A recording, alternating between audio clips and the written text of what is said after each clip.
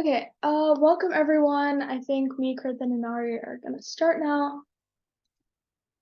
So we're gonna just essentially talk about who we are and the workshop introduction.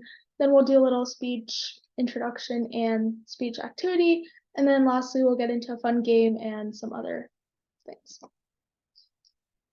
Oh, and also, if you had not filled out the media release form yet, please make sure that your parents submit that by today, if possible. But I know a lot of y'all submitted that, so that's amazing, but yeah. And another thing is that the Zoom meeting is gonna close us all out in like 25 minutes, so just make sure to rejoin the same meeting link when it does. Okay, so Kirthan, Mallory, and I make up the NSSA Durham team, and we are a 501c3 nonprofit all about bringing both public speaking and student skills to the youth for free from a wide variety of people and organizations. So first, my name is Kritin. So we're gonna go over like the parts of speech. So the different types of speech and argument appeals. Dia, can you go to the next slide? Oh yes, sorry. You're good. So first, the main type of an essay is an argumentative essay. So it's an essay of like you trying to prove something and you're arguing for one of your points. And it focuses heavily on statistics, like numbers, evidence that you're pulling out, like quotes from a text, and logic. And then two, another type of an essay is persuasive, which you're trying to persuade your audience of something you believe in. So you're gonna use the three appeals, which are ethos, pathos, and logos. So ethos, think of it like of appealing to a character, so like their credibility. And then pathos, it always has to do with emotions and how a character is feeling. And then logos is applying to logic. So the next slide, Mallory will introduce some examples. All right, so testing your knowledge. So I'm just going to read through some various examples, and then I'll give you a minute to think about them all, and then I'll go over what the answers are. So just categorizing the statements below into ethos, pathos, and logos arguments. So first of all, the context. So if you're running for a student council election, these are some various examples where you can appeal to different ways of convincing the audience. So the first one that we have is I have led many clubs and numerous awards. I will reduce the cost to purchase tickets since I care about you. I have strong interpersonal communication skills. So does anybody want to unmute and give an idea of what they think would be pathos, logos, and ethos for these three statements?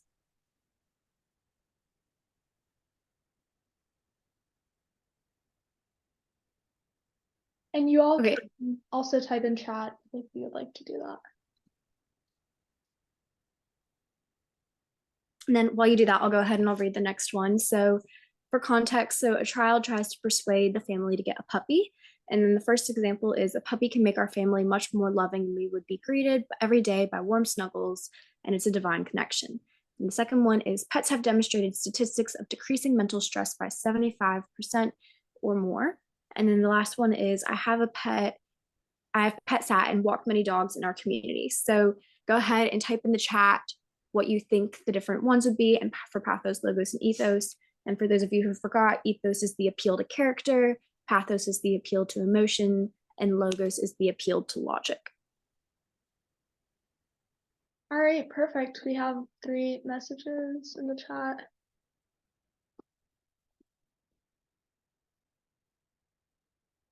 Mallory, do you want to reveal the answer after everyone gets a chance, or do you want to start revealing it? I'll go ahead and say what the answers are. So first of all, the first one would be ethos, because it is appealing to character, saying your character, you've won many awards and whatnot. The second one would be pathos, since you are appealing to the emotions, saying that you care about someone. And then the last one is logos, since you're appealing to logic and you're using communication skills, interpersonal skills, and you're just kind of thinking about it from a logical approach. And then as far as the second one goes, the A statement, that would be pathos. The B statement is logos, and the C statement is ethos.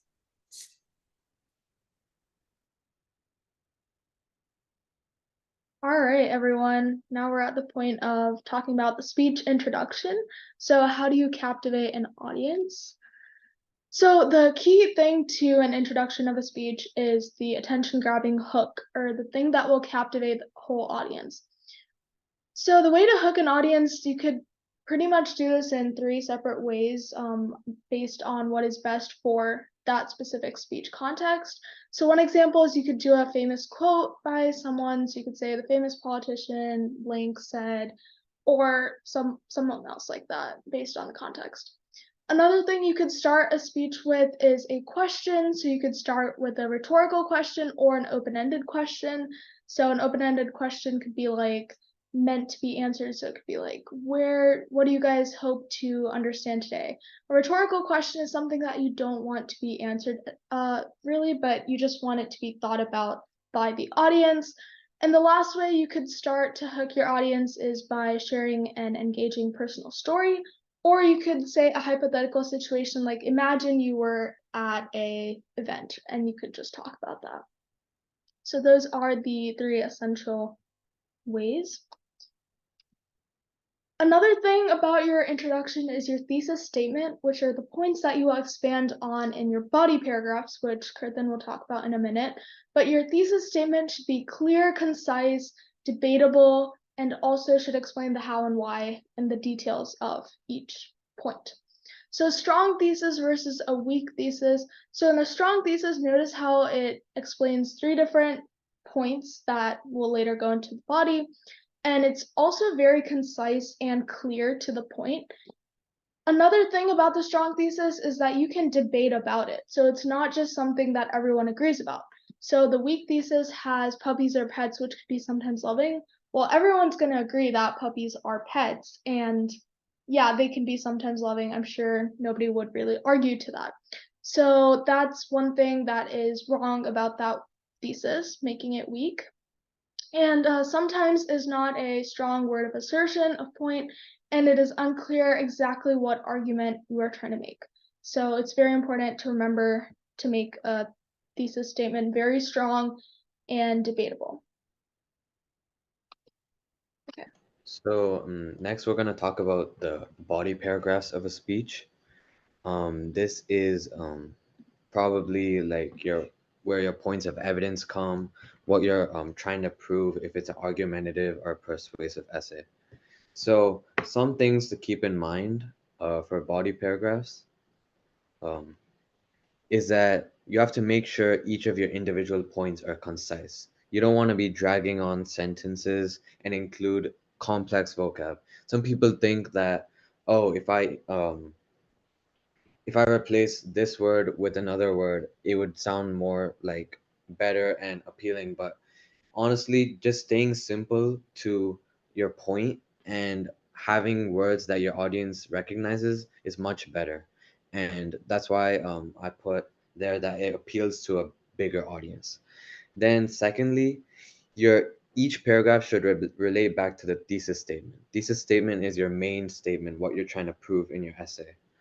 So that's what Dia was talking about. So don't avoid including like info that's off topic, that doesn't have anything to do with your essay, and also contribute or if it doesn't contribute to the thesis, don't include it. And then you also want to have a good flow of your speech. So you want to organize it in a logical manner. If the events are chronological, then you want to put them in chronological order. And then also, since this is a speech, you have to keep your audience engaged. So as Dia was talking about, you have to have a hook in the beginning, maybe humor, rhetorical questions, maybe small stories about your topic, and so on. And then I have a picture in the bottom right, but it's if you if you're presenting for like a competition and you're giving a speech, you might need to consider bringing a prop or a visual, like a trifold, a presentation, or a paper, just to for like some of your audience, they might process your speech better like visually. So you want to have a different option for your audience too. So there are multiple steps to build body paragraphs. So first, you want to mention your topic sentence or your thesis statement.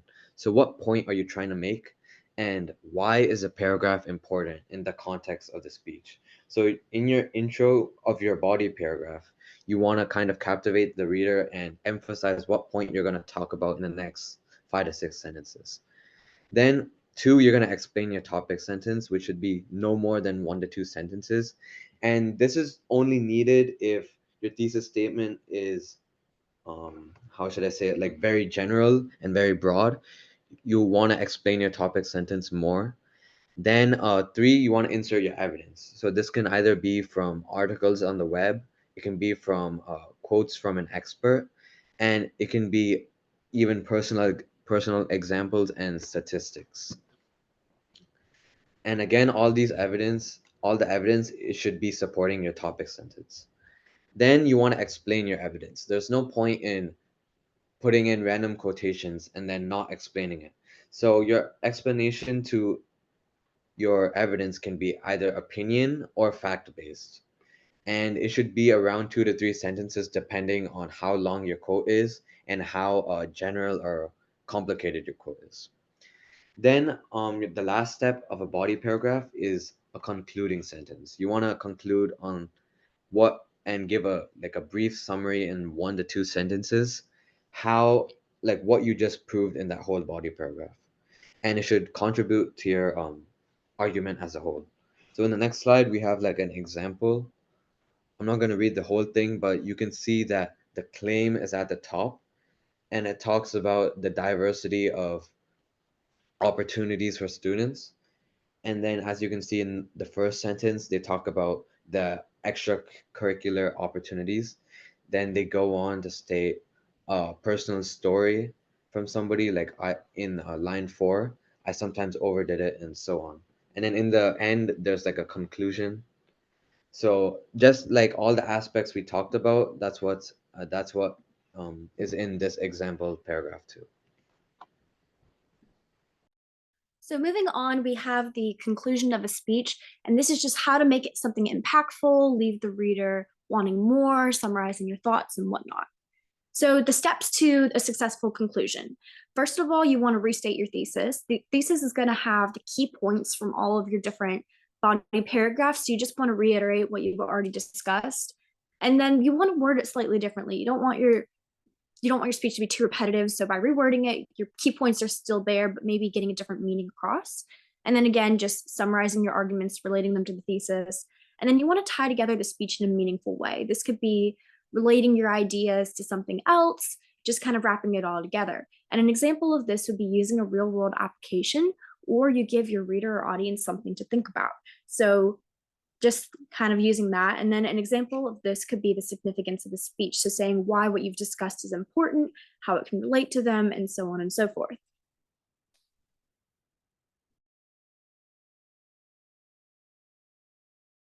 All right, and then peer reviewing is very important to have a fellow peer review your speech because you might make a lot of mistakes and errors that you might not see. So having another person look at it is very important. And also getting another person's advice on your work has potential to greatly elevate your speech content and ideas. But the best thing to do is not copying and pasting any comments that may be typed because this is considered plagiarism. So keep an eye out for that when you're getting peer review help from your peers.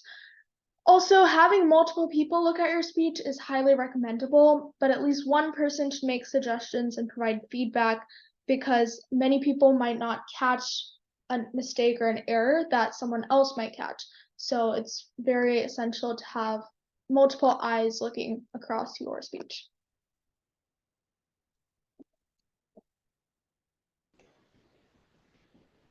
So next we're gonna move on to speech delivery tips. We're not gonna cover much on this since this is mostly gonna be the main topic of our next workshop. So the main uh, the main parts of speech delivery is eye contact.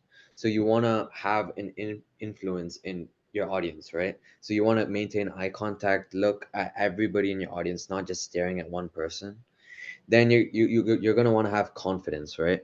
You can't be like a few stutters is okay, but you don't want to be stuttering the whole time. You want to have confidence, project your voice, and speak loudly.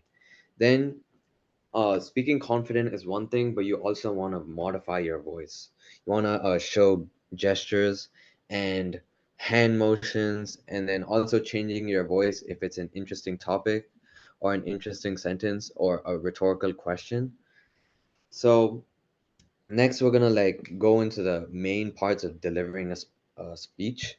So first, you're gonna want to engage your audience, and we've talked about many ways to engage your audience already, and that's eye contact, voice modification, like we just talked about in the last slide. Then you're also gonna want to start off your speech with a hook. And one major thing is that you don't want to go too off topic because then it just diverts your attention and also your audience's too.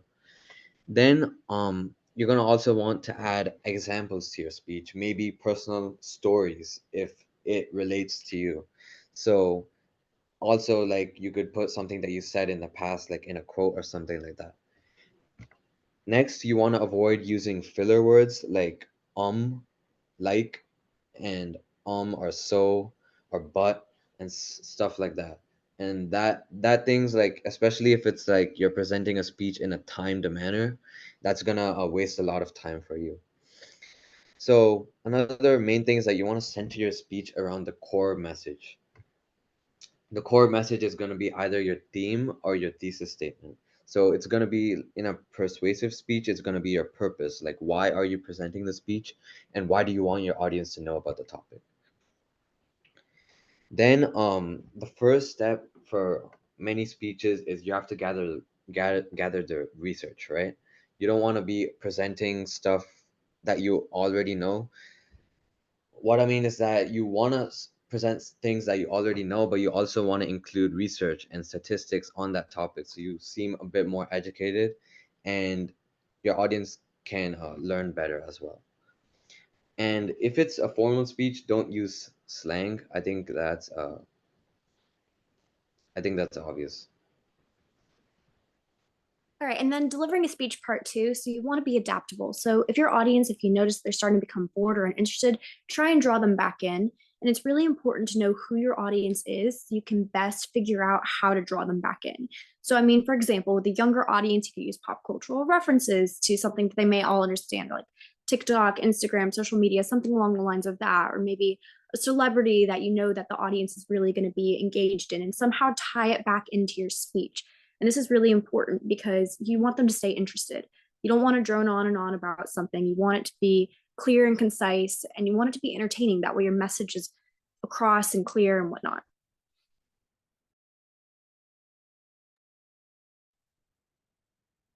All right, and next, before we move on to our speech activity, does anyone have any questions about parts of speech that we talked about or anything of that sort? Or about a specific part? All right, then I think we can jump into our speech activity. So you guys will have 10 minutes to write a mini speech about one of the topics above. So this includes, oh yeah, let me just reload this. Okay. Really quickly, we'll just say that you actually have 7 minutes because we're going to get kicked out of the Zoom call in 7 minutes and you all will have to rejoin. So when you rejoin, be prepared to do your mini speech. Right, so you guys have until the meeting ends essentially. And when it does end, make sure to rejoin the same link so you don't miss out on information. So yeah, you can choose any of these topics here, why blank is best food, movie, or place to go on vacation, and have 3 key points about your topic. And then afterwards, you guys can try delivering your speech, or we'll see how we want to do that. But yeah, you guys can just, yeah, Mari?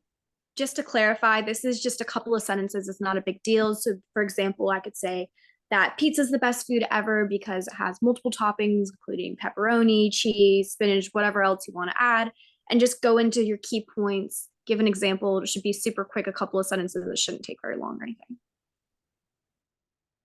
anything. And Vibavi, I saw your chat. You were saying, can it be a show?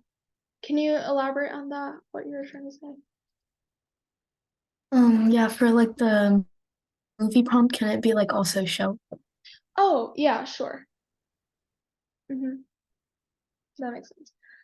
Yep. So if you guys have any questions, y'all can unmute or chat, and yeah, we'll just let you guys have the rest of the time to work on that.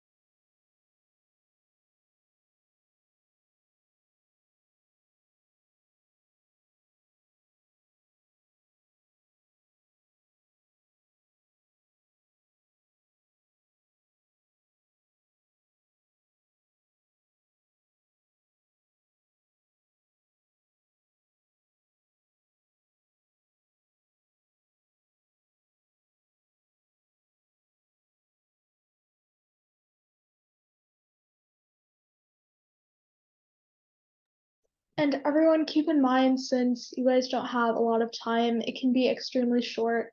Just has to have the 3 parts, like intro, body, and conclusion, and you guys should be good.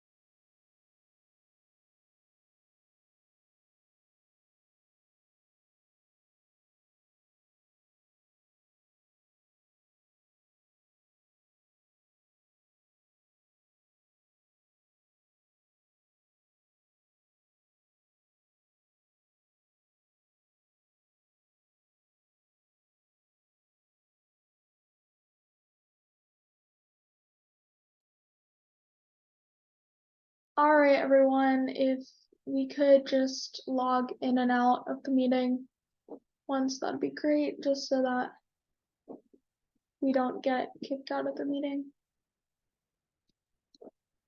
It's the same link, by the way, so. All right, see you guys in a little bit.